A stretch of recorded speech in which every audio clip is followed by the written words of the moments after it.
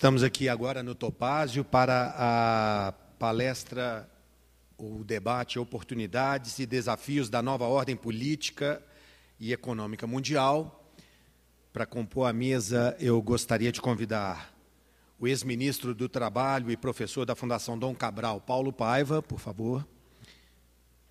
Também o senhor Rômulo Alexandre Soares, advogado e ex-presidente da Federação das Câmaras Portuguesas de Comércio no Brasil. O senhor João Bosco Monte, que tem pós-doutorado em Relações Internacionais, é consultor internacional.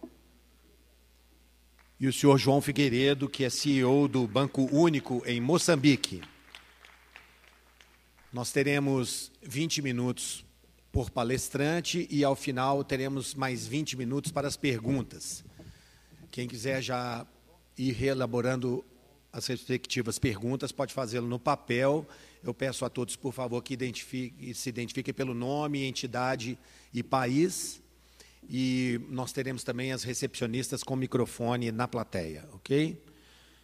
Para dar início, então, ao debate das 14 horas, eu convido o ex-ministro Paulo Paiva, por favor. Isso.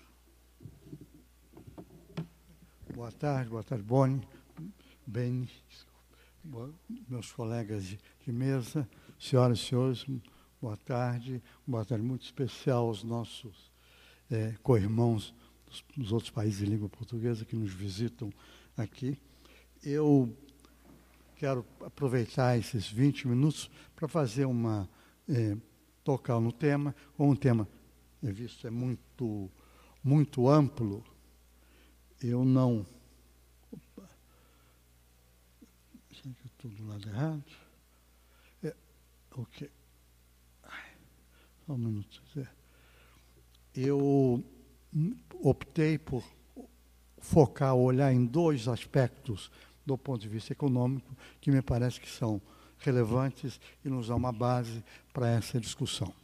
E eu quero começar, basicamente, fazendo uma afirmação, fazer uma observação, que nós vivemos hoje num mundo que está em movimento, com transformações que não ocorriam até o século XX. O século XXI começou com algumas mudanças, e eu estou chamando a atenção aqui para 4 dimensões dessas mudanças. A primeira delas ocorreu logo no início do século, no dia 11 de setembro de 2001, com o ataque terrorista aos Estados Unidos. Esse ataque terrorista, ele, de certa forma, é um rompimento com o equilíbrio, com as tensões que haviam no século XX, construídas a partir da Segunda Guerra Mundial com a Guerra Fria. De fato, a queda do Muro de Berlim significou simbolicamente o fim da Guerra Fria, mas o ataque terrorista nos Estados Unidos criou uma nova forma uma nova dimensão na instabilidade no mundo, tornando o terrorismo uma atividade global e não uma atividade locada em um determinado país. A segunda mudança, e que é também decorrente de uma crise, a crise financeira, de novo no mês de setembro, dia 15 de setembro, simbolicamente com a quebra do banco Lehman Brothers, você tem uma mudança nas tendências do crescimento das economias avançadas e das economias emergentes. Eu vou mostrar ligeiramente aqui alguns desses resultados. Há um crescimento que passa a ser diferente do que era no passado, as economias emergentes crescendo mais rapidamente, e com isso tem uma mudança na configuração geoeconômica do mundo. Terceiro, é uma tendência mais ampla que já vinha, que é a combinação de um crescimento demográfico, e aí eu estou olhando no horizonte mais longo, com uma mudança profunda nessas economias, que é o surgimento, ou o crescimento da classe média nesses países. E eu quero também mostrar alguns dados que são impressionantes do ponto de vista do tamanho, da mudança, da configuração, que altera profundamente também o mercado de consumo nas próximas décadas. E, finalmente, essas mudanças levam a mudanças geopolíticas, do equilíbrio geopolítico no mundo, tema que eu não vou abordar aqui nessa minha discussão.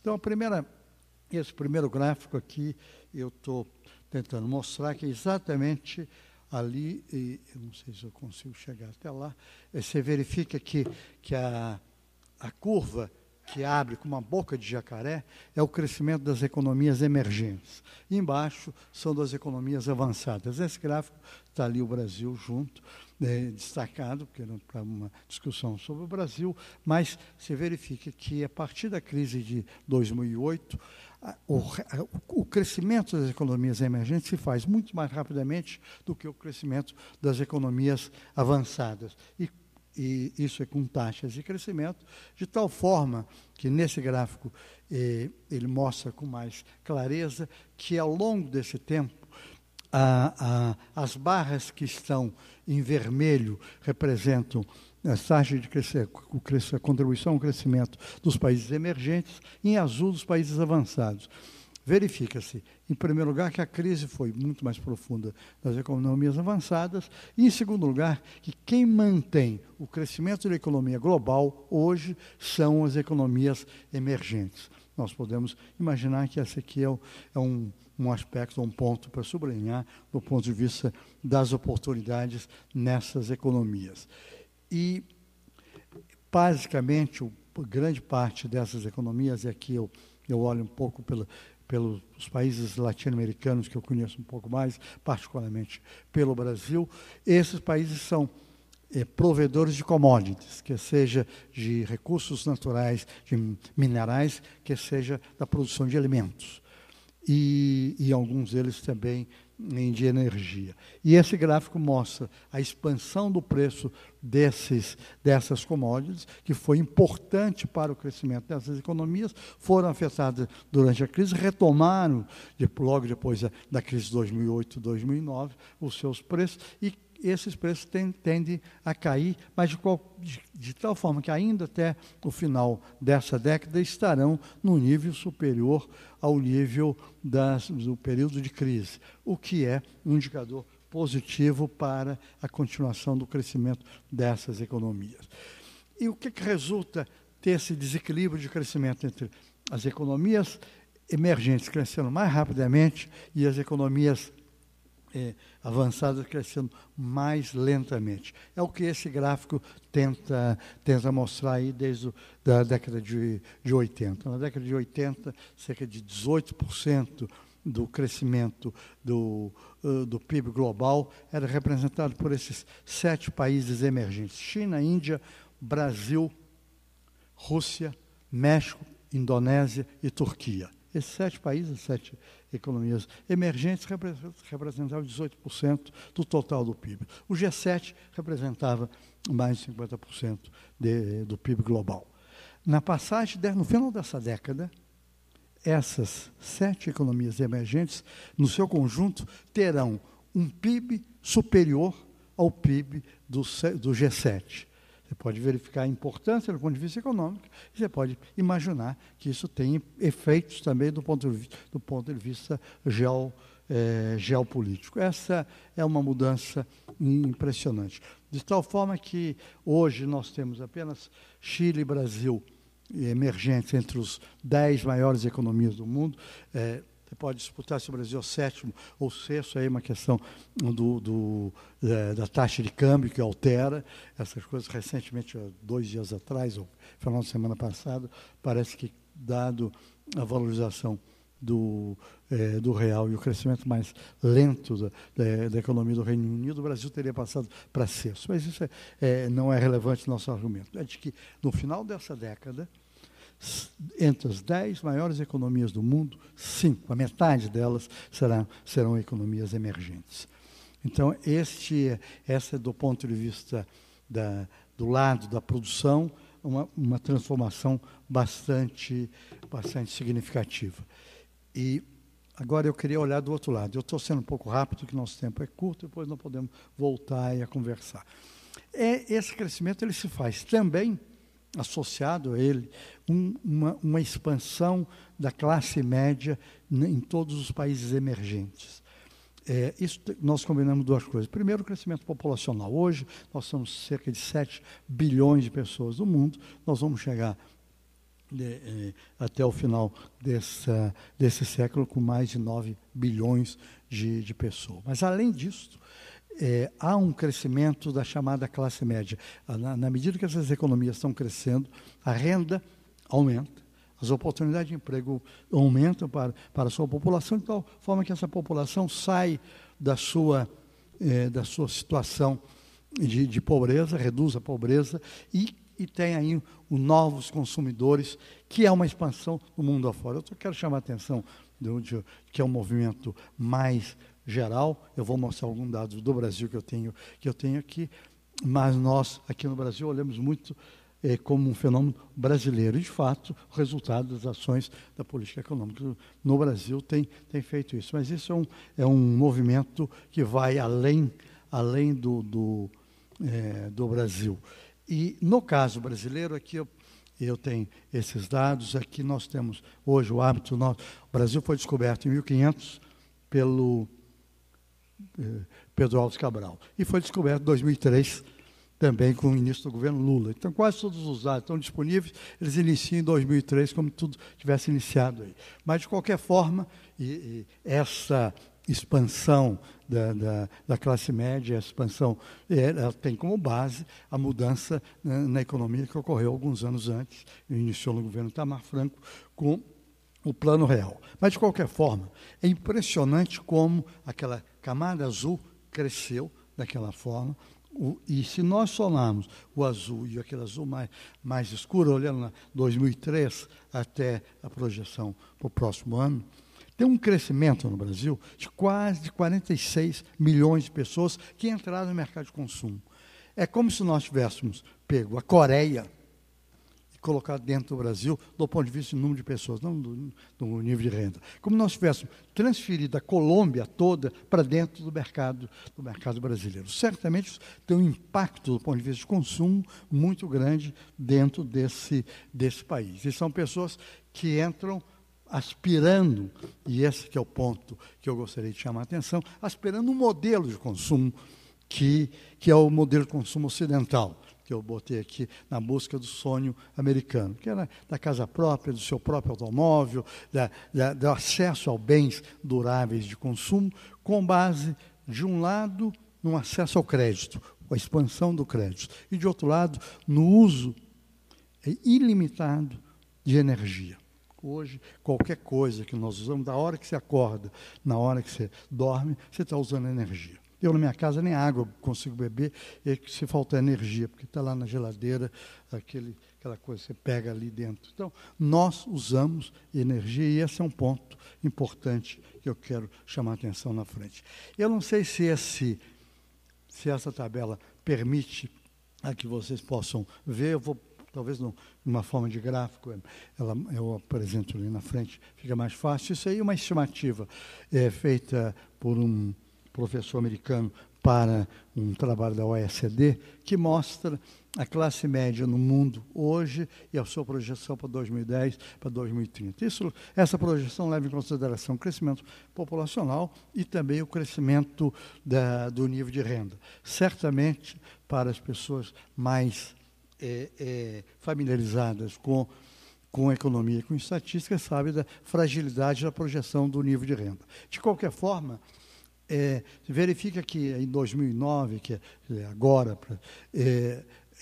os Estados Unidos e a Europa representavam cerca de 54%, 56% da classe média no mundo. Verifica que essas duas, que são as duas linhas superiores, vai diminuindo, e aí a Ásia do Pacífico vai crescendo, de tal forma que nós vamos chegar em 2013 com mais de 60% da classe média no mundo, nos países asiáticos. E aí, obviamente, tem um peso grande da China e da Índia. Em 2030, possivelmente, a população da China, da Índia, será superior à da China. O consumo, hoje, você verifica, ele é concentrado, eu não consigo chegar lá, mas onde está o verde mais escuro, que é na Europa e nos Estados Unidos. vamos chegar na frente dessa forma. Você verifica que o consumo move para o Ocidente. Ele vai para os países, uma grande parte deles para os países asiáticos. Então, nós temos essa mudança profunda que ela aparece nessa forma de gráfico, que é mais fácil para eu mostrar. Que nós estamos em 2009, o Ocidente e o Oriente, Ocidente aqui, Europa, mais Estados Unidos e Canadá, Oriente são os países asiáticos, verifica que a mudança radical, profunda dessa composição. Que não só a classe média cresce, concentra-se nessa região dos emergentes, mas o consumo também se concentra nessas regiões.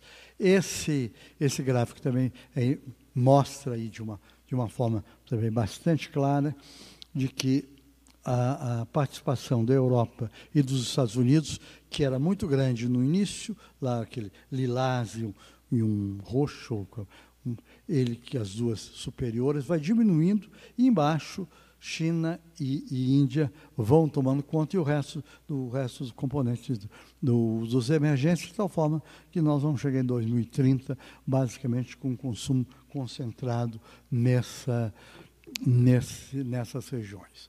Então, aí, o que é que nós podemos refletir sobre essas coisas? De um lado, aumenta a participação das economias emergentes na produção, as oportunidades para essas economias, enquanto houver demanda por commodities, demanda por minerais e por alimentos, ela vai continuar bastante elevada, e olha, isso é uma coisa mais ou menos consensual e comum, é muito discutido isso, mas o outro lado, que é menos discutido, e que eu queria chamar a atenção, mas também o consumo vai se concentrar nessas regiões. São oportunidades de investimento, oportunidade de se olhar essa região com mais cuidado, mas também isso trará alguns desafios que eu quero falar na parte logo em seguida.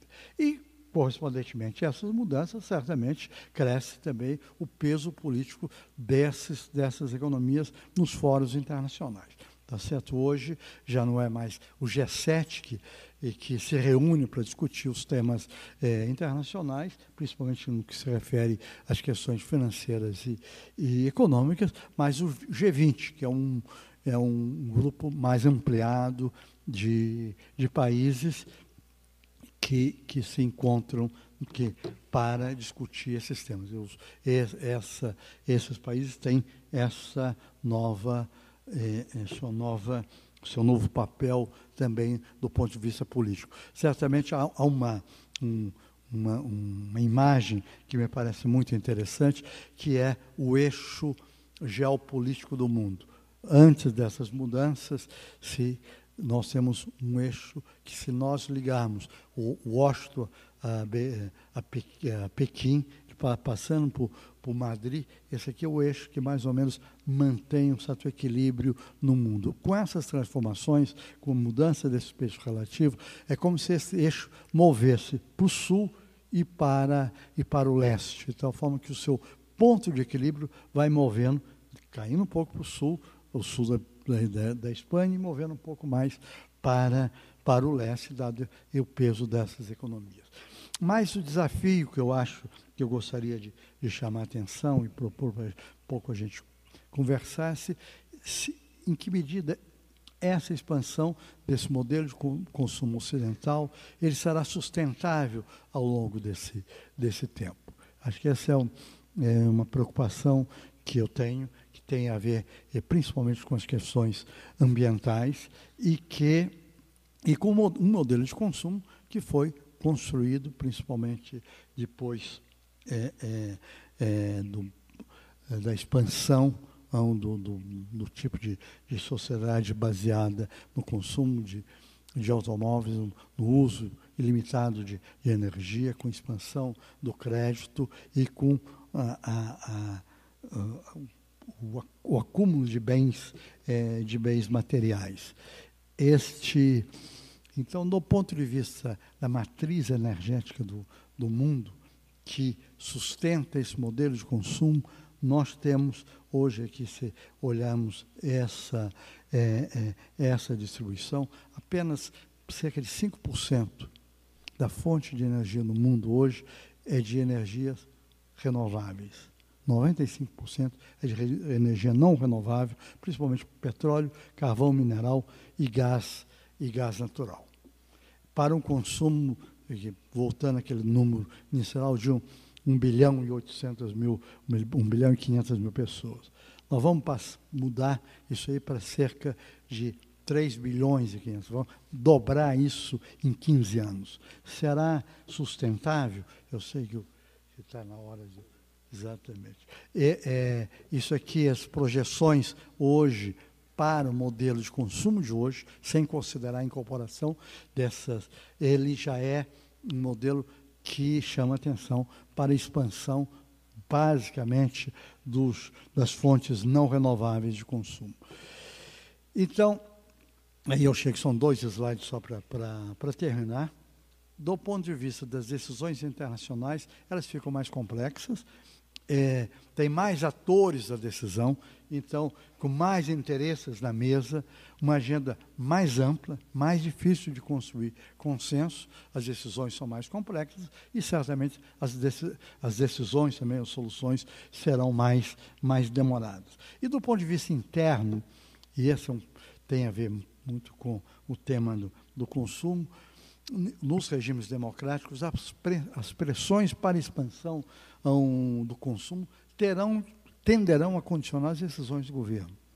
Seria politicamente muito difícil, com essa expansão dessa classe média, e ter ascensão a um tipo de bem-estar que é definido pelo padrão de consumo, dizer, mas agora a festa acabou. Para vocês o consumo será diferente. Isso é realmente o custo político para isso é muito grande. Eu acho que são temas bastante interessantes, complexos, estimulantes, para nós pensarmos olhar um pouco para frente, quais são as oportunidades para essas economias emergentes, quais os riscos e, sobretudo, quais os desafios que estão à nossa frente nos próximos anos. Muito obrigado. Agradecemos as palavras do ministro Paulo Paiva. Daqui a pouquinho poderemos aproveitar mais sobre os grandes conhecimentos que ele tem na fase dos debates. Quem tiver pergunta já pode preparar no papel. Como eu disse no início, eu peço, por favor, que se identifique pelo nome, país e a entidade, ok? Agora queremos convidar o senhor Rômulo Alexandre Soares, que é advogado e ex-presidente da Federação das Câmaras Portuguesas de Comércio no Brasil. Por favor.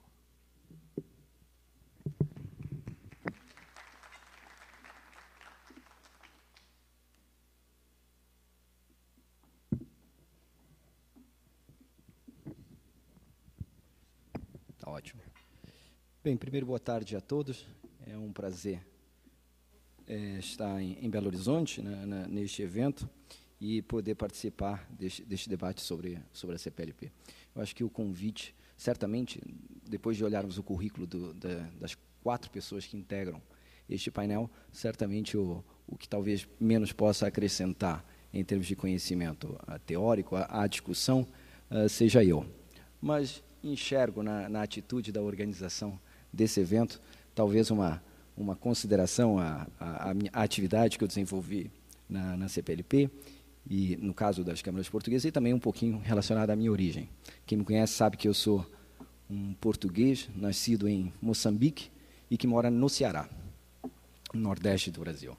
E tive, na atividade das câmaras de comércio, nos últimos 10 anos, a oportunidade de encontrar alguns aspectos que eu acho que podem ser interessantes neste debate. Dizem que um homem deve plantar um livro, não é isso, Francisco Montero? Escrever um livro, plantar uma árvore e ter um filho. Eu ainda não escrevi o livro, tenho filhos e plantei uma árvore. Aliás, as câmaras portuguesas, há 3 anos atrás, fizeram uma campanha grande na Semana da Árvore para replantar, não a quantidade dos pau-brasil que foram extraídos, mas replantar alguma coisa de relevante na questão do meio ambiente. E eu inseriria um outro ponto, reencontrar suas raízes. Eu acho que todo homem, além dessas 3 coisas, principalmente aquele que deixou sua terra deve reencontrar as suas origens. E eu acho que eu tenho duas origens, uma mais específica a esse tema e uma um pouquinho mais longe. Uma é um reencontro com Portugal. Durante a década de 90, com um grande investimento português no Brasil, investimento externo direto, nós tivemos um novo crescimento da relação entre Brasil e Portugal, e naquele momento, através das câmaras de comércio, eu tive a oportunidade de me reintegrar à comunidade portuguesa. O Brasil, por falarmos a mesma língua, praticamente absorve, e principalmente portugueses, são absorvidos pela realidade local. E o investimento externo direto, a atividade das câmaras, me trouxe para um reencontro com Portugal. E a partir do ano, enfim, a partir de 2005, 2006, 2007, um reencontro com a África, um reencontro com a minha origem um pouquinho mais antiga. Eu não sei se dá para ler. Basicamente, o que eu gostaria de tratar são esses aspectos. Eu não gostaria de dar respostas. Seria presunção minha. Aliás, eu tinha um professor que, quando a gente fazia uma pergunta difícil para ele dizia o seguinte: se você me perguntar o que é um cachorro, talvez eu tenha dificuldade de explicar o que é um cachorro, mas se passar um cachorro na minha frente, eu vou dizer, olha, aquilo ali é um cachorro. Acho que é mais ou menos a mesma situação que eu me coloco aqui. Talvez eu não vá dar respostas, não vá explicar o que é um cachorro, mas nesses 10 anos de atividade, eu acho que eu posso indicar algumas pistas da experiência que eu tive relacionada ao investimento, a relação inicialmente entre Brasil e Portugal e depois com os países de língua portuguesa. O meu primeiro grande encontro com a CPLP é exatamente em 2007, no Rio de Janeiro, quando as câmaras portuguesas de comércio no Brasil decidem alterar o seu tema principal. Eu acho que esse evento hoje é fruto dessa experiência e dessa certeza. Nós, câmaras portuguesas no Brasil, podemos aumentar as relações entre Brasil e Portugal se nós aproveitarmos nesse aspecto a expansão econômica do Brasil, a relação econômica do Brasil com a África, considerando, inclusive, o que foi dito hoje de manhã, que várias empresas portuguesas têm uma atividade econômica preponderante na África, por que não usar da experiência portuguesa como um elemento importante para a internacionalização da economia brasileira na África? E, com isso, cumprirmos o nosso papel de câmaras portuguesas no sentido de desenvolver, de apoiar a economia portuguesa. Falar de CPLP é um grande desafio, porque quando nós vamos olhar, enfim, eu não tenho de cor os números, mas se nós formos observar aqueles gráficos, basicamente, em termos de superfície, o Brasil é quase toda a CPLP, ou boa parte da CPLP. Eu não sei se está ali com 70... Aqui está mais fácil. 78% do território da CPLP é o Brasil. Se nós formos ver em termos de população, 75% da população é o Brasil. Se nós formos comparar em termos de PIB, mais ou menos ainda mantém os mesmos números, mais de 70% do PIB da CPLP está no Brasil. Como falar de CPLP sem divulgá-la no Brasil? Então, foi essa a grande percepção que as câmaras portuguesas no Brasil tiveram. Nós só podemos, efetivamente, falar sobre CPLP se nós tivermos condições de divulgá-la efetivamente no Brasil. Em termos de comércio exterior, a mesma coisa. Grande parte das exportações da CPLP são brasileiras e grande parte das importações também são brasileiras. E aí, a questão cultural, e aí trazendo para o investimento português no Brasil, é um aspecto extremamente importante. Eu tive a oportunidade de fazer a minha dissertação de mestrado tratando da questão da distância psíquica, porque como é que pode, e aí vamos para números absolutos, como é que pode o Estado do Ceará, que é onde hoje eu resido, ter mais de 1.000 empresas participadas por portugueses, ou por pessoas jurídicas, ou por pessoas físicas. Esse número, em termos absolutos, até 3 anos atrás, o maior investimento, em termos absolutos, português no Brasil, de pessoas físicas, era o Ceará. Um estado que, efetivamente, está numa região que não é das mais desenvolvidas, mas por que é que isso ocorreu? E, a partir daí, perceberam uma realidade. A língua tem um papel vital na percepção da redução do risco, né? O empresário, quando percebe que fala a mesma língua, ele tem a sensação de que é mais fácil fazer negócio. E isso se percebe no âmbito da CPLP. Mas, curiosamente, essa percepção de facilidade, ela gerou um paradoxo, porque quanto mais você acredita que é fácil entender um país pela sua língua, já que você fala a língua, mais fácil ou mais propício é você não adotar as medidas necessárias, os cuidados necessários que, por exemplo, um português ou um brasileiro adotariam se fosse fazer negócios na China. Né? Teria um caso, uma percepção de risco mais cuidada. A questão e aí não se fala somente com Portugal. O embaixador Daniel Pereira, de Cabo Verde, sabe hoje, por exemplo, o estado do Ceará é um dos estados do Brasil com uma grande proximidade com Cabo Verde. E aí nós fazemos acho que é importante fazer uma grande distinção. Comércio exterior se faz com navios. Não há comércio exterior aéreo, basicamente. Ele não tem a densidade. Mas investimento externo direto se faz com aviões.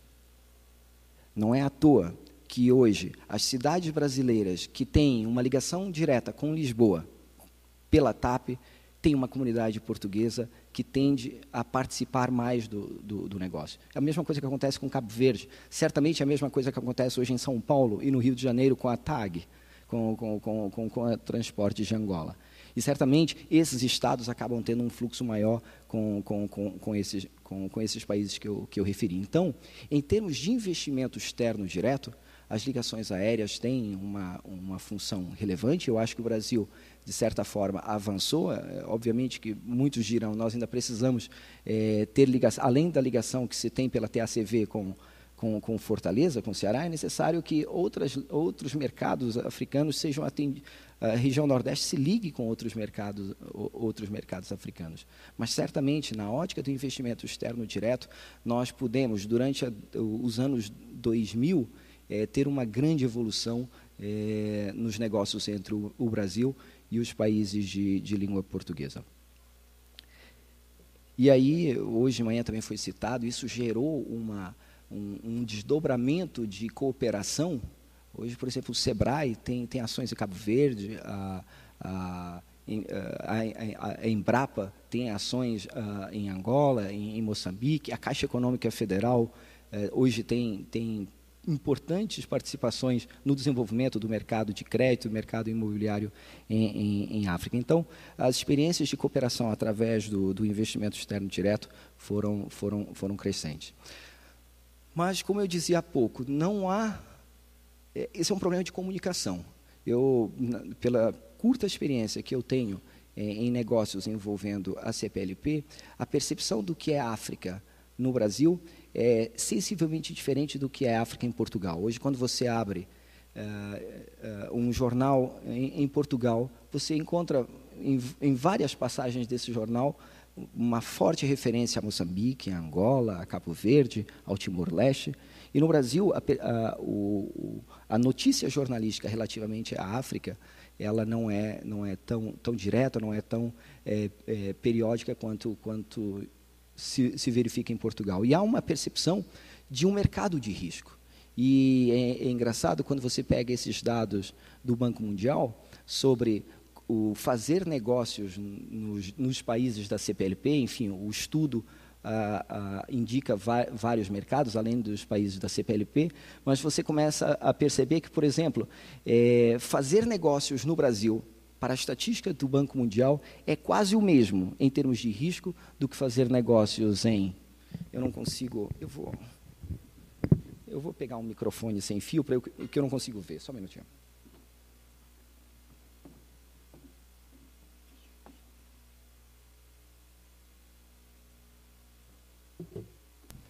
Né? Como nós podemos ver, praticamente fazer negócios no Brasil é tão arriscado ou pouco arriscado como fazer negócios em Angola, na Guiné-Bissau e Moçambique. Por exemplo, em termos de abertura de empresa, é praticamente a mesma coisa. Tirando Portugal, que praticamente tem um processo nesse índice bem abaixo dos outros países da CPLP. Se perguntar hoje no Brasil, é difícil abrir uma empresa em Angola? Bem, é praticamente tão difícil quanto abrir uma empresa no Brasil. Em termos de alvará de construção, em Angola, é mais fácil obter por esses dados estatísticos, é mais fácil obter um alvará de construção em Angola do que no Brasil. Se nós formos ver na questão da eletricidade, esse é um ponto crítico para a indústria, o Brasil certamente ocupa uma posição mais avançada. Quando você fala em termos de registro de imóvel, praticamente você tem uma percepção de risco, de certa forma, parecida. Se você olhar o índice na sua totalidade, às vezes as diferenças de números que se apresentam entre o Brasil e outros países da CPLP não são tão relevantes.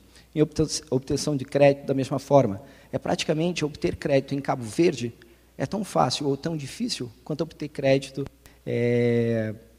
no Brasil, ou obter crédito em Portugal. Eu creio que essas estatísticas estão extremamente, principalmente a Portugal, nesse aspecto, relacionadas à questão da crise. Hoje, por exemplo, há alguns anos, você obter crédito imobiliário para fazer compra de imóveis era bem mais fácil do que hoje. Eu acho que hoje, praticamente, você tem uma restrição no mercado imobiliário.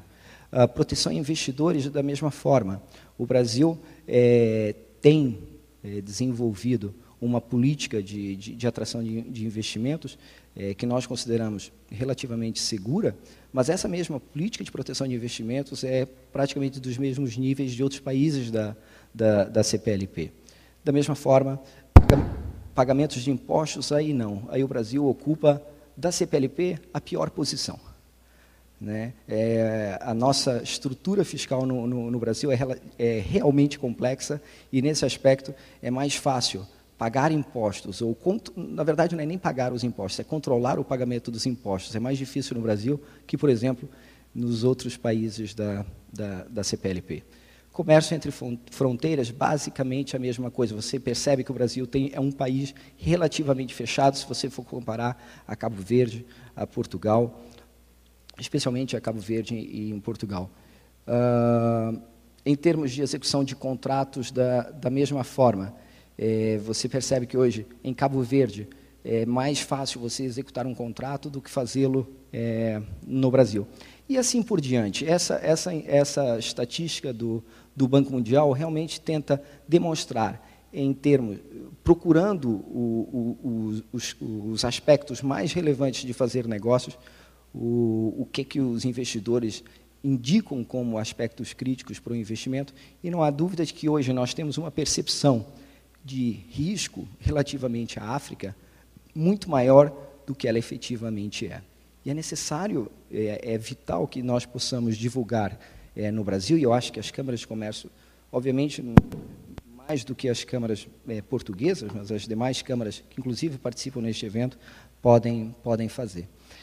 Se, em termos de investimento externo direto, a relação entre Brasil e Portugal é boa, enfim, nós temos hoje muitas empresas portuguesas com investimentos estrangeiros no Brasil, em termos de comércio exterior, é muito ruim. Né? A nossa relação comercial com Portugal, em termos de comércio exterior, ainda precisa melhorar muito. Nós já tivemos, alguns presidentes de câmaras aqui sabem disso. Nos últimos 10 anos, nós procuramos um esforço para aumentar a pauta de exportação portuguesa para o Brasil, mas não conseguimos evoluir tanto quanto era necessário. Então, há muito o que fazer ainda na ótica do comércio exterior. E, se formos comparar em termos da CPLP, os números são mais expressivos ainda. Por exemplo, de todo o comércio exterior que os países da CPLP faz, de todo o comércio exterior, apenas 9% é entre os países da CPLP. 89% do comércio é com países fora da CPLP, e, por exemplo, só com a China, desculpe, o comércio da CPLP é 2%, eu me equivoquei na leitura, 9% é com a China. O comércio que a China faz com os países da CPLP é praticamente 4 vezes mais do que o comércio que os países da CPLP fazem entre eles próprios. Então, há muito que evoluir na questão do comércio. E hoje de manhã se falava isso, não há como desenvolver comércio exterior se... E aí eu acho que é uma ação de governo, porque é necessário você criar mecanismos de transporte internacional com o apoio de governo para que nós possamos consolidar rotas marítimas que liguem o Brasil à África. Do ponto de vista de localização estratégica, eu acho que temos muito a evoluir. As câmaras portuguesas no Brasil, há 2 anos atrás, avançaram novamente em colocar na agenda da nossa discussão o acordo União Europeia-Mercosul, o acordo Brasil-União Europeia, e é importante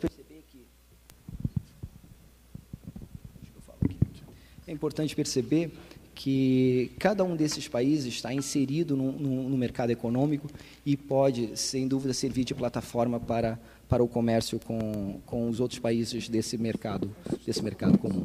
Enfim, acho que já falei mais do que era esperado. Eu acho que, em termos de conclusão, é necessário fortalecer a CPLP. Quando hoje de manhã eu perguntava para o meu amigo Francisco Mantero como é que está a Confederação Empresarial da CPLP, nesse sentido, nós precisamos, do ponto de vista empresarial, da mesma forma que fizeram agora com os BRICS, de consolidar a articulação empresarial através da CNI, através da API em Portugal, através das agências industriais nos outros países da CPLP. É importante consolidar o fortalecimento institucional. Os empresários, precisamos ter essa estrutura que hoje, enfim, precisa avançar.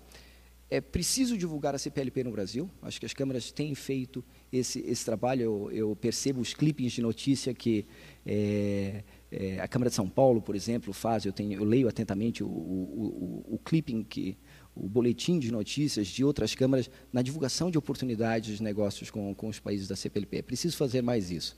É a questão logística. É necessário desenvolver uma plataforma de transporte marítimo para o comércio exterior e o aprofundamento dos acordos interregionais. Basicamente, são essas as contribuições que eu gostaria de dar para esse debate. Muito obrigado.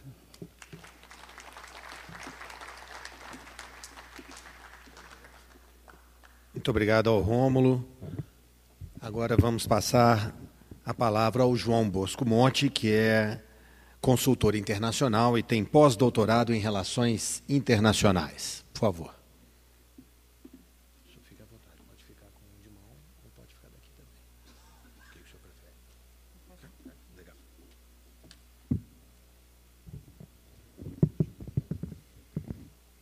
Ok. Muito boa tarde a todos. Eu sei que estar neste painel não é fácil, vou tentar usar as palavras do Rômulo, dado ao currículo dos participantes. E eu já peço desculpa à audiência pelas bobagens que eu vou falar e que vocês terão que escutar enquanto estiverem presentes nesses 20 minutos que me concederam. Eu venho do Ceará também como o Rômulo, nós somos quase conterrâneos, eu de nascimento e ele de escolha. Parece que ele é mais cearense do que eu, porque escolheu, né, morar no Ceará.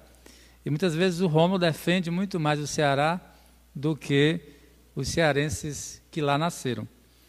Eu sou professor de Relações Internacionais da Universidade de Fortaleza e, desde algum tempo, me ocupo também a atividade de consultoria internacional no âmbito não apenas dos países de língua portuguesa, mas também, de algum tempo para cá, com os países que formam os BRICS.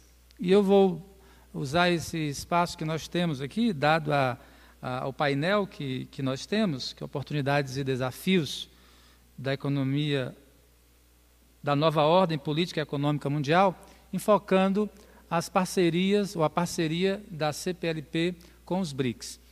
Eu tenho conversado com autoridades de alguns países da CPLP, tenho dialogado com algumas autoridades também de países dos BRICS, e parece que ainda não há uma química entre esses dois polos. Eu vou chamar blocos, mas a palavra adequada não é blocos, porque não tenho outra palavra no momento para usar.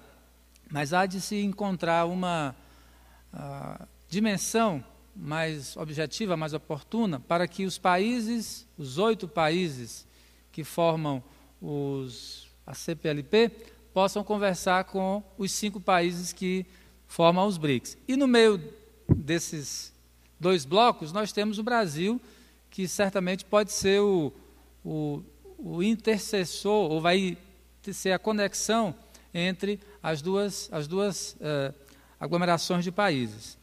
No mês passado, nós tivemos em Durban, na África do Sul, a reunião dos chefes de estados dos 5 países que formam os BRICS. E antes da reunião dos chefes de estado, uma semana antes, nós tivemos a reunião dos empresários dos BRICS. E numa semana antes, no mesmo mês, nós tivemos um encontro de acadêmico dos BRICS. Então, observem que houve uma preparação, acadêmicos, empresários, para depois a discussão política. E eu estou fazendo essa referência logo no início da minha fala, para dizer que eu sinto não ter encontrado nesta audiência empresários e também acadêmicos para discutir oportunidades, discutir perspectivas de negócios no âmbito da CPLP. Os negócios são feitos por empresários, mas parece que há de se pensar que a matriz empresarial ela carece de um entendimento também com a academia. E disso eu vou falar um pouco mais à frente. Eu dividi a minha apresentação em 3 slides, 3 PowerPoints, porque parece que nós agora somos reféns e obrigados a usar PowerPoint. De fato, isso foi feito há alguns instantes. Quase que compulsoriamente disseram, você tem que usar o PowerPoint para melhor entendimento. E como eu sou disciplinado e atento às ordens, eu estou cumprindo. Mas está quase incompreensível. Números sobre os BRICS. Era para estar em letras maiores. 43% da população mundial estão localizados nos BRICS. 18% do comércio global também estão nesta região, ou nessas regiões do planeta. 53% do capital estrangeiro, ele é oriundo dos BRICS. E 25% do PIB mundial também se refere a esses 5 países. E é interessante que desses 25% há uma consequência, que há uma geração de 45% do crescimento da economia mundial. Um número leva a outro. Esses dados, eles não têm muita importância para o que eu vou falar, mas eles servem para nós entendermos o tamanho deste mercado que é os BRICS. Nós olhamos para a CPLP, somos 250 milhões de habitantes, é isso mesmo, né? Mais ou menos, e olhamos para dentro de nós como se nós fôssemos autossuficientes para consumirmos aquilo que nós produzimos. Se nós olharmos a escala de Cabo Verde, o nível de produção da Guiné-Bissau, do Timor-Leste, chegará um determinado momento em que nós vamos conversar conosco mesmo, vamos falar somente para nós, e não entendemos que estes países que têm esses números estão ávidos para cooperar e para dialogar conosco, para conversar com os empresários. Por isso que eu disse que sinto que nesta audiência nós não tenhamos a presença objetiva de empresários de muitos países que não são da CPLP. Porque o comércio intra-CPLP, ele precisa ser fortalecido, mas ele também precisa ser irradiado, precisa ser dispersado, precisa ser dilatado para outras praças, para outros lugares que não apenas os 5 países, os 8 países. E aí tem eu sinto muito, mas vocês não conseguem enxergar, consegue? Tá, por aqui está melhor, né? Ok, era para ser mais visível. E tem alguns números sobre os BRICS na África. A África é um continente que muitas vezes nós entendemos como se fora um único país. A África são 54 países diferentes, com 1 bilhão de habitantes, que precisa ser entendido pela CPLP, pelos 3 países que não fazem parte do continente, mas também pelos 5 que fazem parte do continente, que este grupo de países, potencialmente, é um parceiro que pode contribuir para a aceleração do movimento entre as empresas que fazem parte da CPLP, mas muito mais além, muito mais do que isso, a continuidade do que as empresas da CPLP podem fazer. Um Estado nacional como Gana, como a Etiópia, como Zimbábue, será que eles podem ser parceiros comerciais do Brasil, de Cabo Verde, de Portugal? Essa pergunta eu entendo que ela é retórica. Sim, claro que pode. As conexões aéreas que o Rômulo mencionou, que o Brasil tem com a África, que são muito reduzidas, nós temos 3 acessos aéreos através do Ceará, como ele mencionou, Angola, Rio de Janeiro e São Paulo, e também a South África, que voa de Joanesburgo para São Paulo. Isso é muito pouco. Quantos países da África voam para Portugal? Somente aqueles atendidos pela TACV, pela TAAG e pela TAP? Poderia existir um movimento maior? O Brasil mesmo poderia ser mais expressivo?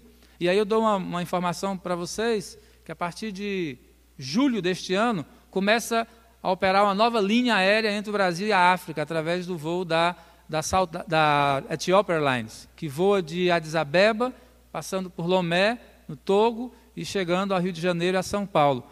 É uma forma do Brasil se apresentar mais proximamente da África. E parece que o Brasil entendeu que a África é importante. Eu tenho estado em alguns países da África e tenho visto o movimento, mas o movimento que nós vemos é o movimento das grandes, Odebrecht, Vale, Camargo Correia, e as empresas médias e as empresas menores. As ações que o Sebrae desenvolve, muitas vezes eu sinto que elas não têm muito fôlego. E há uma falta de cumplicidade do governo para que estas ações, estou falando do caso do governo do Brasil, para que essas ações tenham longevidade. Em 2010, os BRICS corresponderam a 25% dos ingressos no continente africano. Não é pouco, mas ainda pode ser bastante significativo. A África, portanto, é um locus que deve ser observado como um ambiente que é importante para os BRICS, mas é importante também para a CPLP. E vocês veem, eu coloquei em negrito isso aí, BRICS e África, parceria para o desenvolvimento, integração e industrialização. Isso está em negrito propositalmente, porque foi o tema de discussão da reunião dos BRICS em Durban. Entendam que os 5 países que estavam reunidos ali, e a África do Sul também tem que ser entendida como um parceiro da África, mesmo estando na África, esses 5 países decidiram discutir dentro da sua agenda que a África deveria ser a prioridade daquela discussão. E eu fui para a África do Sul, para Durban, como delegado brasileiro, participando do momento onde os acadêmicos estavam discutindo estratégicas, no primeiro momento das reuniões, e nós fomos bastante cobrados, fomos autocobrados, nós mesmos, brasileiros e os parceiros de outros países, nós discutíamos de que forma esta parceria pode redundar em desenvolvimento para que a indústria desses países da África possam ser produtivas. E nós precisamos falar de África com alguma insistência, porque nós temos 5 países da CPLP que estão localizados no continente africano. O Brasil, Portugal e Timor-Leste são parceiros, mas a maioria dos países está localizada no continente africano. Portanto, a agenda África é uma agenda que é imperativa ser discutida internamente, pela própria África, pelos BRICS, mas eu insisto, tem que ser discutida no âmbito da CPLP. E muitas vezes nós olhamos apenas para o nosso entorno e não percebemos que outros olham para a África e nós, como comunidade, não olhamos, não damos a atenção devida. E embaixo nós temos, nós temos o projeto PIDA. Não sei quantos dos senhores conhecem esse projeto. Em 2012 foi lançado, aqui no Brasil, no Rio de Janeiro, num evento promovido pelo BNDES e a União Africana, esse projeto PIDA, que é um projeto de infraestrutura e desenvolvimento da África, ou de desenvolvimento das infraestruturas do continente africano. E esse projeto, ele olha para nós, empresários da CPLP, e talvez como um lugar de oportunidades. A infraestrutura, os gaps da infraestrutura que existem no continente africano, podem ser absorvidos, podem ser resolvidos de uma forma objetiva por empresas da CPLP. E aí eu estou falando de diversos setores. Obviamente, o que o ministro Paiva falou e o Romo também mencionou, e nós já falamos pela manhã aqui sobre as ligações, como é que nós podemos transportar minério, móveis, utensílios, se nós não temos um modal adequado. Se um barco saindo do Nordeste brasileiro para chegar à África, ele demanda mais tempo e mais recursos do que esse mesmo barco indo para a costa da Ásia. Não, isso é um protocolo que precisa ser resolvido e não foi resolvido ainda. Mas essa oportunidade, o PIDA está mostrando que é uma realidade. A África tem uma lacuna bastante significativa de desenvolvimento da sua infraestrutura. A África como continente, um ou outro país com menor ou maior intensidade, mas a realidade ela precisa ser vencida. Portugal conseguiu fazer isso durante algum tempo. Outros países da Europa também conseguiram fazer. Parece que nesse momento há uma inserção, e eu tenho visto isso com bastante contundência, do Brasil se chegando à África. A China já está na África, mas a China é a China. Eu não queria falar sobre isso por conta do tamanho do volume, dos investimentos. 97% dos produtos produzidos na África vão ter a liberdade de entrar na China sem taxação, dentro de pouco tempo. Isso foi decidido durante a reunião dos BRICS. Então, não dá para a gente comparar muito o que a China está fazendo. Mas esse mercado já está consolidado do ponto de vista de oportunidade. Nós ainda não colocamos o pé na água, nós, quando eu digo empresários da CPLP, e eu estou aqui sendo redundante, mas é importante frisar isso.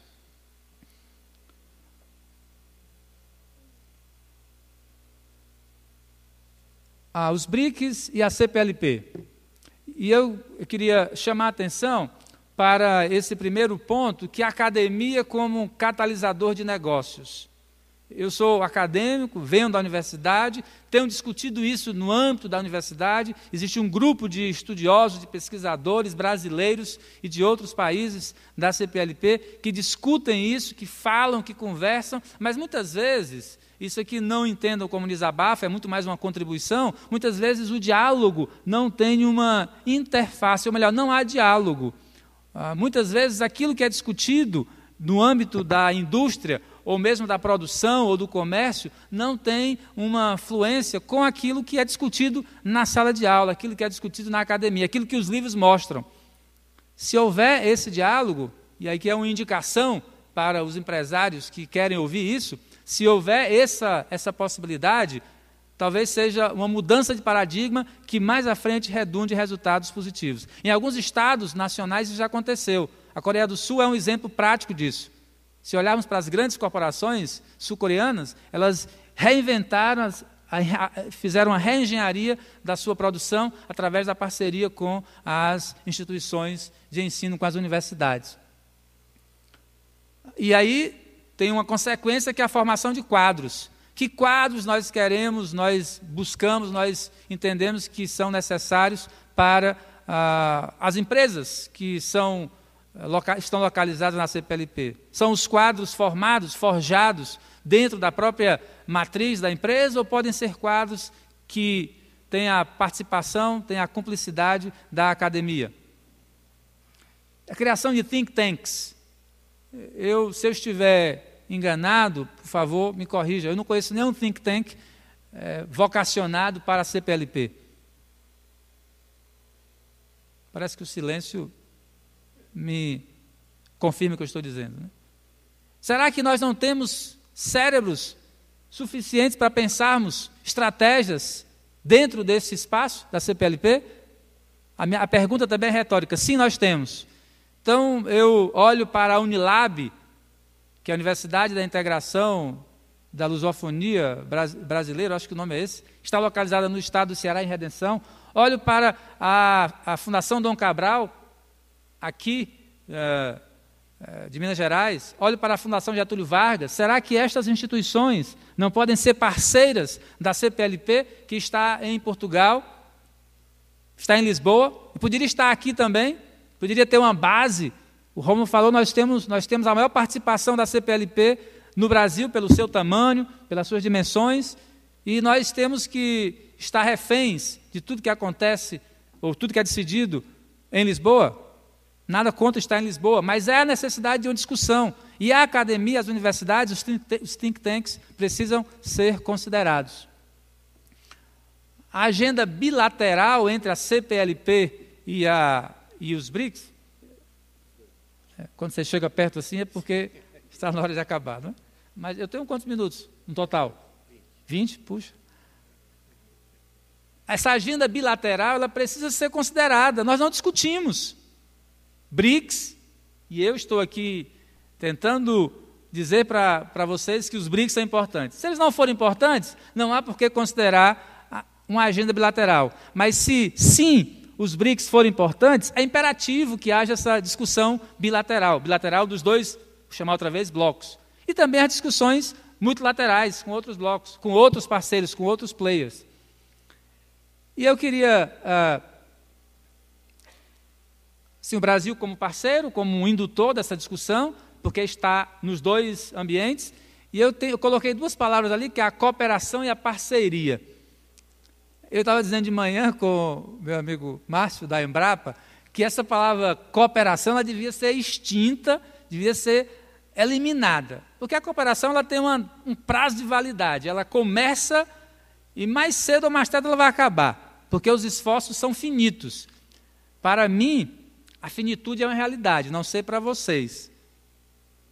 A cooperação ela tem um esforço que, para ser repetido, precisa de uma reestruturação, de um retrabalho. E muitas vezes nós temos focos que se desvirtuam. O nosso foco hoje é um, amanhã pode ser outro. Eu queria sugerir que no lugar da insistência na cooperação, nós pensássemos na palavra parceria. Porque a parceria ela vai durar, talvez, ad eterno. Desde que seja boa esta parceria para os lados envolvidos, para os dois, para os três, para os lados que forem possíveis. Eu vou terminar com esta ilustração que me ajuda bastante a entender quais são os caminhos da CPLP para o futuro. Muito obrigado. Boa tarde.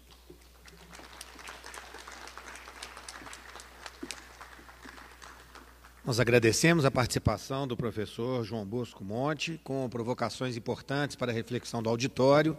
Quem já tiver perguntas pode entregar às nossas recepcionistas. Logo depois do último palestrante, abriremos para o debate. Gostaríamos de convidar agora o senhor João Figueiredo, que é o CEO do Banco Único em Moçambique.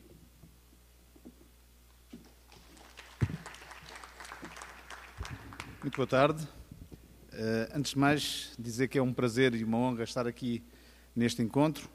Queria agradecer, em primeiro lugar, a FDC, a Fundação Dom Cabral e o professor Sherban por este convite amável que me fizeram. Dizer que eu também sou bem mandado e também trago qualquer coisa em PowerPoint, mas tenho a minha apresentação dividida em dois blocos. que é um bloco em que vou falar um bocadinho do tema. É um atrevimento meu, depois das palestras daqui dos meus ilustres antecessores, dizer que vou falar um pouco sobre o tema, mas foi-me pedido que o fizesse. E depois gostaria de falar um pouco de Moçambique e então tenho uma apresentação em PowerPoint. Eu convido-vos a ter uma abordagem agora um pouco diferente daquela que foi feita até agora, uma abordagem que é uma visão um pouco africana do tema.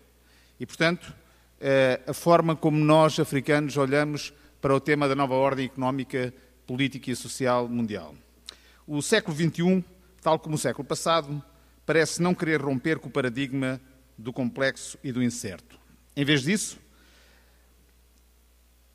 confirma-se que vivemos novos tempos em que a África e as potências emergentes, os BRICS, agitam cada vez mais a geopolítica tradicional.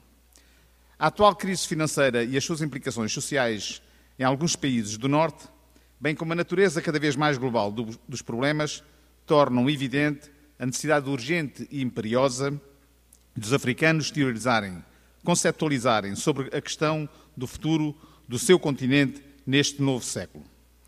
E é, pois, neste contexto que se discute. Como aceitar e desenvolver este novo modelo em que a mudança da correlação de forças é inevitável e transitamos de um cenário de uma posição dominadora norte-sul para um novo eixo sul-sul e onde os BRICS desempenham também um papel de importância e de importante relevo. No que a nós africanos diz respeito, a legitimação deste processo só pode ser forjada através de um processo de ruptura. Ruptura, desde logo, com aquilo que designamos pelo afropessimismo, quer seja de fora como de dentro, para mostrar que a nova ordem política e económica mundial não é necessariamente uma fatalidade. Mas ruptura também com a construção teórica da África, que rejeita interrogações como aquelas colocadas pelo Banco Mundial no ano 2000, em que se interrogava de alguma forma provocadora, será que a África pode reivindicar o seu lugar no século XXI? Trata-se, no nosso entender, de compreender como e porquê é que a África pode ser um elemento estratégico na nova ordem política e económica mundial e quais são as oportunidades que lhe permitem reposicionar-se no mundo a partir do seu próprio objetivo, que continua a ser o de proporcionar o desenvolvimento aos seus habitantes. Excelentíssimos senhores, a globalização neoliberal cada vez mais complexa, as mudanças nas relações interculturais a nível global, as alterações climáticas, a pobreza absoluta, o desenvolvimento rápido das cidades, a revolução das tecnologias de informação e comunicação, a emergência de uma sociedade do conhecimento, a evolução das relações de género e as relações intergeracionais e a emergência do mundo multipolar e o fenómeno dos países emergentes do Sul fazem parte do cotidiano do nosso mundo, que são discutidos tanto pelos académicos como pelos políticos. Alguns destes temas foram identificados pelo Relatório Mundial sobre as Ciências Sociais como sendo os grandes desafios do século XXI. E é disto que hoje aqui andamos a discutir. A questão que se deve colocar, então, é saber em que medida tudo isto afeta o nosso continente e como é que nos preparamos para enfrentar estes desafios, bem como os que se irão colocar no futuro. Hoje em dia, é bastante difícil acompanhar os avanços da ciência e da tecnologia, nomeadamente nas áreas da biotecnologia e da nanotecnologia, da engenharia genética e outros grandes desafios científicos. O desafio que a África deve enfrentar é, por conseguinte, não só o de compreender como é que as novas descobertas científicas podem ter um impacto nas nossas sociedades, mas também o de ser verdadeiramente um continente da ciência. A rapidez das mudanças em praticamente todas as esferas da vida social, tanto a nível local, nacional e continental, como a nível mundial, torna difícil identificar os desafios que o continente irá enfrentar neste e até no próximo século. A própria ciência está a sofrer transformações como resultado das mudanças que ocorrem na natureza e nas sociedades. Além disso, longe de serem neutras, as ciências e a tecnologia tornam-se os principais intervenientes nas mudanças que se verificam nos sistemas de produção, comércio, relações interculturais, bem como na investigação e na formulação das respostas às mudanças climáticas. A capacidade que a ciência tem em antecipar, ler e interpretar os processos de mudança tem aumentado ao longo dos anos. A capacidade da humanidade de acompanhar os desenvolvimentos que ocorrem na natureza e de capturar as principais tendências de mudanças que têm ocorrido na sociedade irá certamente aumentar à medida que a própria ciência irá desenvolver-se. Portanto, a lista das questões que podem ser consideradas grandes desafios para o século XXI pode também ela mudar ao longo do tempo. Mas como é que o nosso continente entrou neste século, no século XXI? No século XXI, a África entrou sem que se tenha conseguido resolver muitos problemas, nomeadamente os ligados à pobreza, urbanização rápida e à governação urbana, à questão nacional, à integração regional, à desigualdade de género e insegurança alimentar, os conflitos e a violência e o facto de ocupar uma posição subalterna, se não de dominada, na governação mundial. Entre as principais deficiências do continente na aurora deste século, figuram igualmente o baixo nível da instrução de muitos países africanos, a falta de técnicas modernas de produção e de transporte, um espaço político fragmentado e uma estrutura extrovertida das suas economias. As instituições de ensino superior e as culturas de elite foram fortemente marcadas não por uma filosofia e estratégia de desenvolvimento guiadas pelos interesses dos povos africanos, mas por uma influência não necessariamente das mais convenientes e a maioria delas provenientes dos países do Norte. No entanto, a África no final da primeira década do século XXI não é exatamente a mesma que a África do início dos anos 60, que acabara de se libertar do jugo colonial. Da mesma forma, os desafios que hoje não são os mesmos dos anos 60. Mesmo que ainda haja alguns com os quais o continente vem se confrontando desde os primórdios das independências, estes desafios colocam-se de formas diferentes no contexto atual. Isto é particularmente verdade para as questões de governação e de desenvolvimento, que na sua maior parte ainda estão à espera de uma solução. É certo que houve muitas conquistas em termos de desenvolvimento social e económico. Foram feitos enormes progressos em matéria de educação e saúde e alguns países conseguiram edificar com sucesso sistemas democráticos de governação, especialmente depois da onda das conferências nacionais, como foi o caso dos anos 80 e 90. A queda de alguns regimes autoritários, o fim do apartheid na África do Sul, a alternância em países como o Senegal e as profundas mudanças ocorridas na Tunísia com a Revolução Jasmim e no Egito e noutros lugares do Norte da África, tornaram mais reais as perspectivas de democratização e de desenvolvimento de África. Contudo, mesmo com as recentes transformações políticas, as questões de governação continuam a fazer, infelizmente, parte dos grandes desafios que enfrenta o nosso continente. De facto, o continente africano vive ainda o paradoxo da pobreza, que consiste em ter a maior parte das populações pobres, apesar de viverem em países que abundam grandes recursos naturais e humanos. A pobreza é massiva e está profundamente enraizada, e os processos que levam à exclusão e à marginalização dos setores inteiros das sociedades africanas continuam, infelizmente, em curso. Ora, a exclusão e a marginalização social e política de indivíduos, grupos e classes sociais inteiras estão na origem, como se sabe, dos numerosos conflitos que devastaram diversos países do continente, agravando assim o subdesenvolvimento e a dependência internacional. Alguns dos remédios propostos ou mesmo impostos ao continente africano para a resolução da crise económica e, mais em geral, para os problemas do subdesenvolvimento e a pobreza generalizada no mundo, contribuíram, em certos casos, não para a sua resolução, antes sim para o agravamento dos problemas que eram supostos serem resolvidos. É notório, com exceção de alguns casos, que os países do Sul continuam, na relação global que existe por trás das relações internacionais, numa posição de receptores consumidores ou, no melhor dos casos, a desempenhar o papel de passageiro em lugar de condutor no processo da globalização. No caso do nosso continente, há uma reflexão profunda a fazer e que não pode ser desconsiderada do mundo de desenvolvimento mundial no que concerne a particularidades muito vividas e sentidas pelos povos africanos.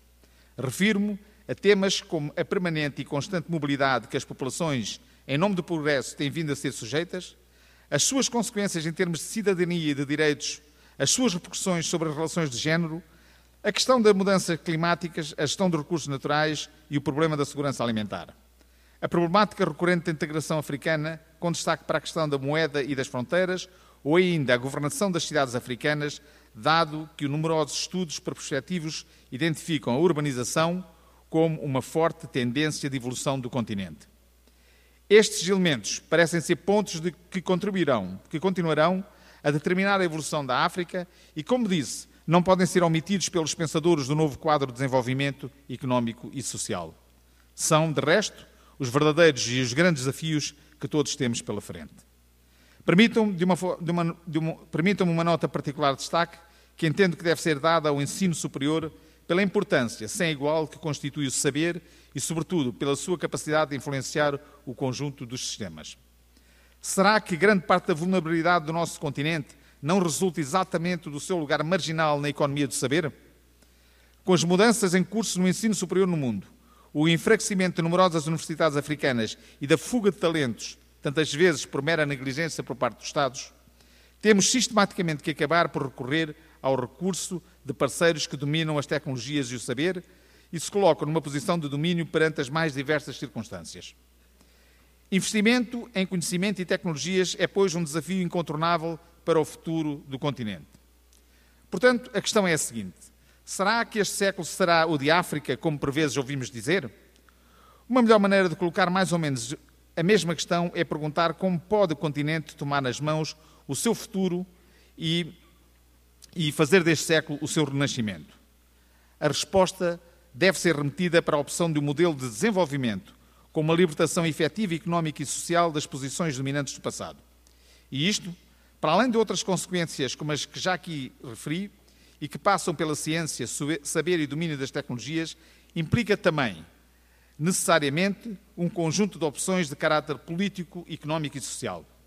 E neste plano, um exemplo concreto tem a ver com o aprofundar de desenvolvimento de espaços económicos e da forma como as relações comerciais irão ser estabelecidas. Moçambique, por exemplo, faz parte da comunidade da SADC. E para se compreender o posicionamento deste país no mundo, é necessário, ainda que de forma sucinta, contextualizar o quadro que o integra, principalmente no que concerne à evolução da região da África Austral. Esta região, predominantemente marcada pela influência da economia sul-africana, conheceu nas últimas décadas uma transformação radical da sua estrutura política e socioeconómica.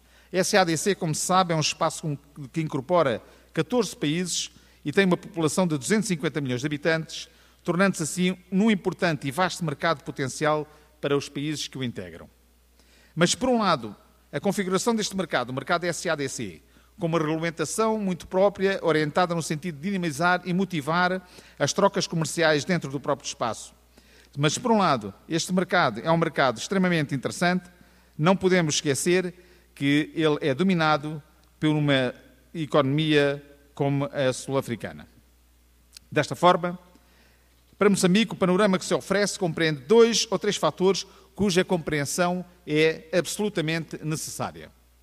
Em primeiro lugar, é preciso ter consciência que Moçambique caminha de forma determinada para que em breve passe a ser uma referência estratégica e uma porta privilegiada para o fluxo de capitais na região da África Austral, muito na sequência das várias potencialidades de que beneficia, que vão desde os seus recursos naturais e infraestruturas programadas e em desenvolvimento, e que servem de plataforma giratória não só para o desenvolvimento interno, mas também para servir os países do Interland com quem faz fronteiras e que não têm acesso ao mar, dada a sua posição geográfica. Moçambique faz fronteira com 6 países que se servem do mar através dos portos do país.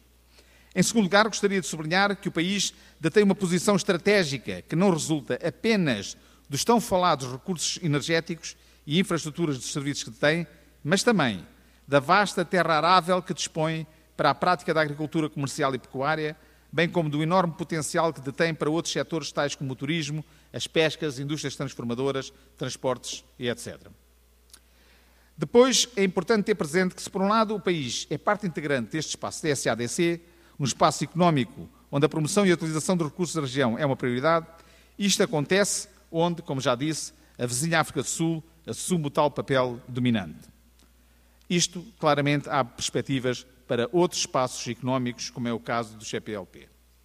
Acresce ainda um outro elemento que caracteriza e pode ser absolutamente diferenciador para a nossa economia e que tem a ver com a localização geográfica na costa oriental africana e que nos posiciona de forma privilegiada perante 2 mercados cruciais nesta nova era que vivemos, a China e a Índia, 2 dos países dos BRICS, que, diga-se também, se por um lado são mercados excelentes para a colocação das nossas matérias-primas, são, como se sabe, fortes ameaças ao processo de industrialização dos nossos países. Eu diria que o grande desafio está na nossa capacidade em conseguirmos, no atual mapeamento geoeconómico, construir as parcerias necessárias e mutuamente vantajosas que, sem complexos e sem novas posições dominantes, possam potenciar o rumo que o país tem vindo a desenvolver com vista a ser consequente no plano da erradicação do estado da pobreza absoluta em que, infelizmente, ainda se encontra mergulhado. E é, pois, neste quadro que hoje vos gostaria de apresentar um pouco de Moçambique como uma janela de oportunidade para o futuro, uma oportunidade que se vos oferece numa relação equitativa e num quadro de cooperação sem posições dominantes, mas que, por força da mudança da geografia económica mundial e pela oportunidade que a exploração dos recursos naturais consagra, faz deste país um parceiro muito importante nas relações empresariais e governamentais futuras. E assim gostaria, então, de iniciar, e eu não sei se isto agora funciona, uma pequena apresentação que tive a oportunidade de deixar com a organização e que depois, se alguém tiver interesse, penso que a organização poderá distribuir, que tem a ver com alguns dados sobre a economia moçambicana.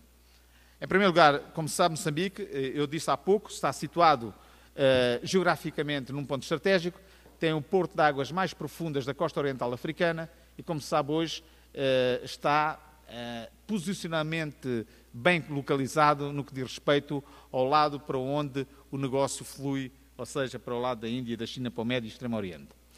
Temos um produto interno bruto per capita num crescimento estável e constante, com uma taxa agregada e consolidada de 5,8% em termos de crescimento previsto até 2017. O PIB que o Moçambique apresenta neste momento é o produto interno bruto que apresenta as maiores taxas de crescimento em relação aos países da SADC. A inflação do país está perfeitamente controlada. Temos a registrar no ano passado uma inflação de cerca de 2,06%, ainda que pensemos que vai estabilizar nos próximos tempos na casa dos 5,4% nos próximos exercícios. Moçambique tem, historicamente, uma balança comercial negativa devido à importação de produtos básicos e do combustível. As reservas internacionais do país estão estabilizadas na casa dos 3,6% e diga-se que Moçambique é um país que tem estado permanentemente sobre uma forte contribuição da ajuda internacional que tendencialmente irá reduzir nos próximos anos.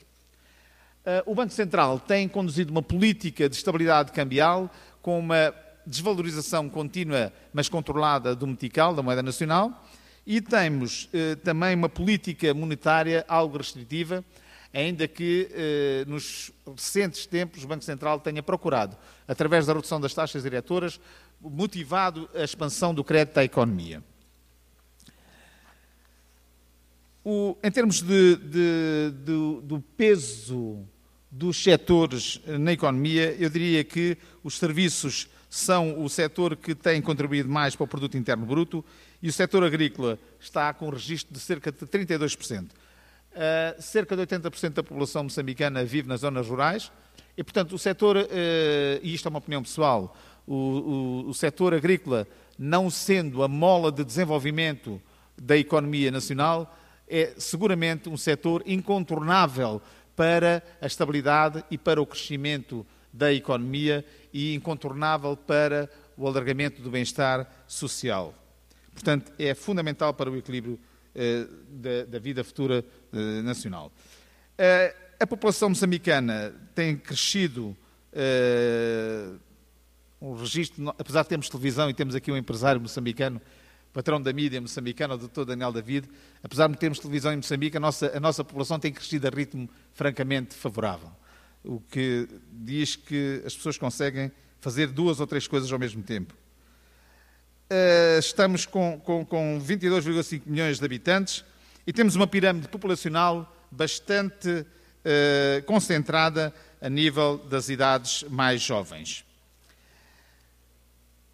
O grande desafio que hoje existe em Moçambique é que modelo de desenvolvimento económico é que nós vamos ter. Nós temos, até hoje, até há uns tempos atrás, quando não se falava muito em gás e carvão no país, as opções do quadro da política governamental foram no sentido de um crescimento multissetorial. O grande desafio, eu costumo dizer que há 2 grandes desafios que o país tem. Um é resistir à tentação de cair num modelo de commodities, a partir deste momento em que falamos mais em gás e carvão, e, portanto, manter este modelo de crescimento sustentável, que é um modelo multissetorial, e o outro, que é o da maior distribuição da renda nacional pelas populações. Eu não sei como é que estamos em termos de tempo, mas, como ninguém está aqui atrás de mim, iria continuar a dizer... Cheguei. Só dizer que é para falar dos corredores. Olha que isto tem interesse para si. Nós temos a base de desenvolvimento da economia nacional assenta em 3 grandes corredores. O corredor de Maputo, o corredor da Beira e o corredor do Norte. São 3 linhas fundamentais que atravessam o país para os países do Interland e no eixo dos quais se desenvolvem grandes projetos de infraestrutura e toda a indústria que existe. Há enormes desafios em Moçambique. O que eu gostaria, só para terminar, de dizer que Moçambique não deve concentrar a sua visão de oportunidades apenas em um ou outro setor. Desde o setor da educação, à saúde, aos transportes, à imobiliária, com certeza que tem, mas a agricultura, a indústria transformadora, a agroindústria, ao downstreaming de alguns megaprojetos que existem em Moçambique. Portanto, há um conjunto de oportunidades, para não falar das infraestruturas, que serão bem-vindas, mas sempre numa relação de parceria e não de cooperação, numa relação de win-win em que haja benefícios para os investidores e benefícios para quem reside e para as populações de Moçambique. Muito obrigado pela atenção.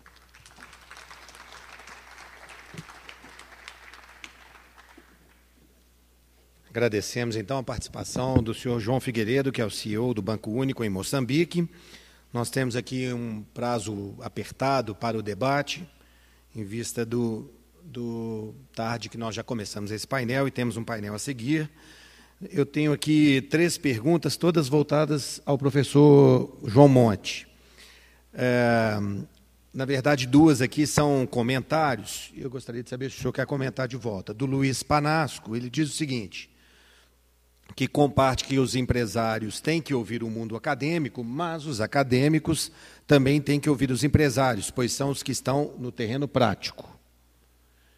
O senhor quer comentar? Eu passo a seguinte ou as 2? A seguinte é que a China não tem barreira de impostos com a África, porque o que ela compra são matérias-primas para serem transformadas na China.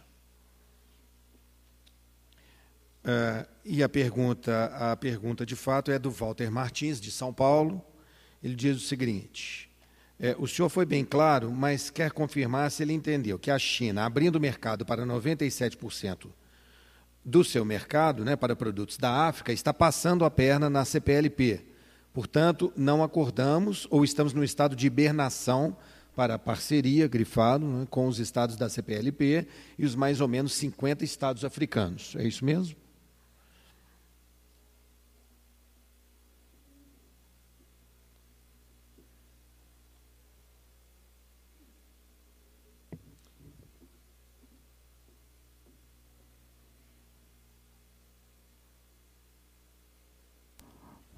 Obrigado pelos comentários e pela pergunta, que eu vou tentar responder ou tentar dar alguma informação a mais. O fato de que a China abre o seu espaço para os produtos africanos é uma realidade, assim como o AGOA também isenta produtos, libera impostos para produtos manufaturados em alguns países da África. Isso é uma realidade que existe em algumas negociações e a China parece que antecedeu alguns outros estados. Se isso é passar a perna nos outros estados que podem colaborar, podem participar deste mercado, eu não entendo que seja passar a perna. Aliás, a China não deve ser nem a preocupação nossa. Eu entendo que tem outro país que deve ser uma preocupação, por exemplo, do Brasil. A Turquia está entrando no continente africano muito mais rapidamente do que o Brasil. O Brasil, enquanto está cooperando com alguns países, com alguns estados nacionais africanos, a Turquia está parceirizando. E aí a relação é diferente por conta das oportunidades que existem de um lado e de outro. Perguntas, plateia? Só um minuto.